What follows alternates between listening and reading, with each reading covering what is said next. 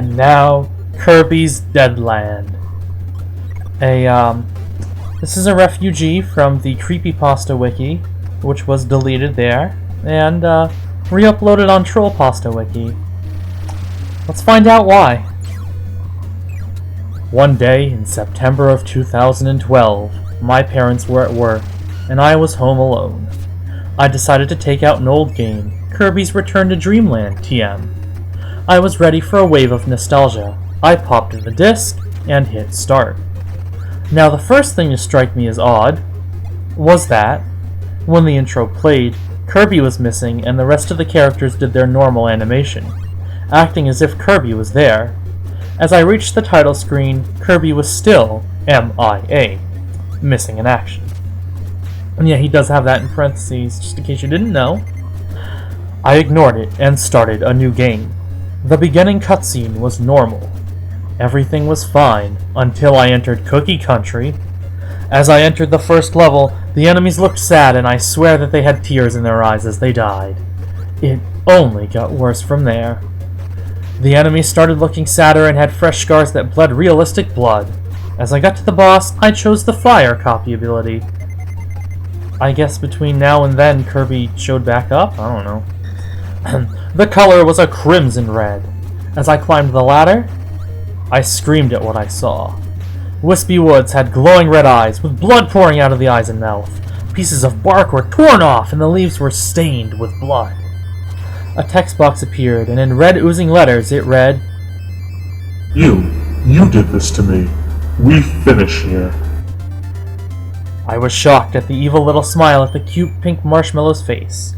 As I did a fire attack on the tree, the rest of the bark was burned to ashes. The smooth surface was tainted with blood.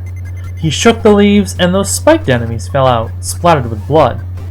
They looked determined to kill Kirby. As I defeated Wispy, he fell over, and his roots tore out of the ground with blood to follow. Kirby did his happy dance with no music. The same repeated for the rest of the areas, especially the morbid-looking bosses. What, did he not, know how to Oh! I would have loved to see how he, made Mr. Duder bleed or whatever. But Landio was the worst. Its eyes were black sockets, with tears streaming from them. Blood stained its whole body. Kirby, I shall not let you. Let him do what? As I entered the second phase of the battle, I heard a sound from the speakers. I stared horrified as they left their makeshift body to decay as organs and blood soon fell out. It took only a few blows to defeat it. The screen cut to black. I didn't get scared because it happens all the time. I thought it would stay like that after a few minutes of waiting. I was about to shut off the Wii when something popped up. I shrieked. Kirby had an eerie grin with blood staining his fang-like teeth. The arms of Waddle Dee were stitched to his body. The legs of King DDD and the wings of Meta Knight were stitched too. A text box appeared that read in the red oozing letters, "You're next." I screamed again as I heard a distorted laugh. The intro came, with Kirby missing and morbid characters. The warp star was also stained with blood. The title read in the same text, Kirby's Deadland. As my parents walked through the door, I ran and hugged them, tears streaming down my face. Since then, I was never able to play that game. So far, the anniversary game's been going well, but I refuse to do the Dreamland part. Real things that happen! As you should know by now, I made all this up. The only true part is that my TV does cut to black sometimes. This is my first creepypasta, so I hope you enjoyed. Thank you very much, The Rotting Strawberry. I did enjoy, but not for the reason you think.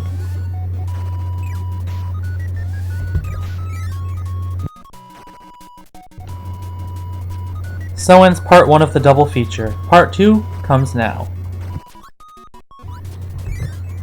Now for Gamecube Horror. Also a refugee from the Creepypasta Wiki.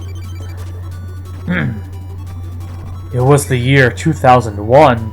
The GameCube had came out, and I really, and I mean really, wanted to get one. I would even rob a GameStop to get my hands on one.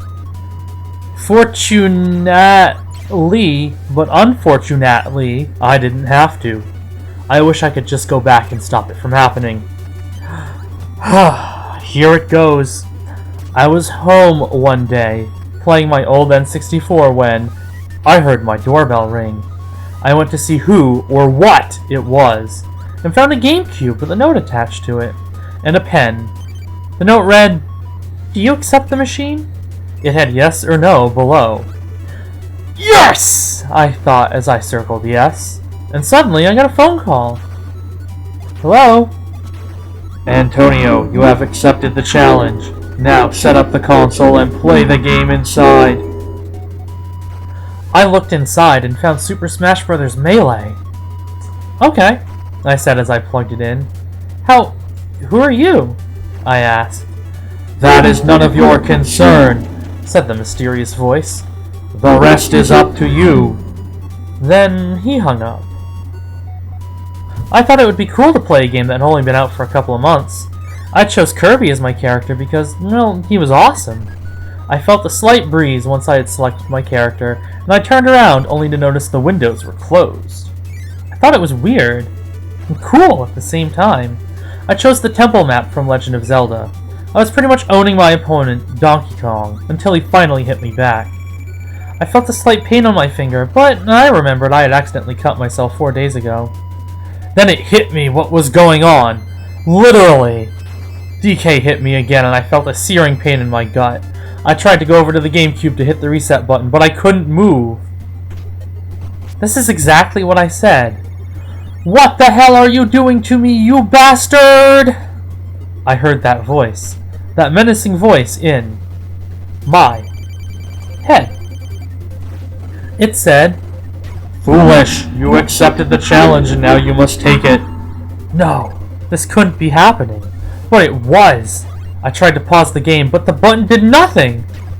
DK won the fight and it felt like a big chunk of meat fell off my leg. I screamed, looked down, and sure enough, a big fat hole in the middle of my leg.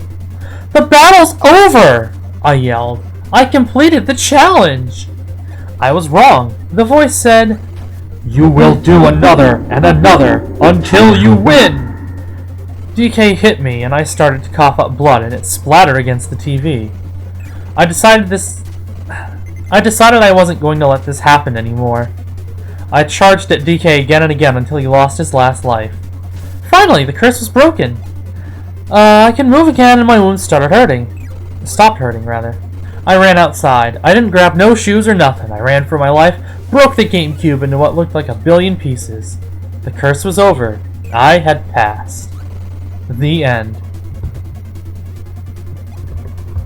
It bears saying that the best part of this is that it looks like the author is here in the comments, and he wrote it seriously, and he's like, this should have been on Creepypasta, but some idiot moved it here.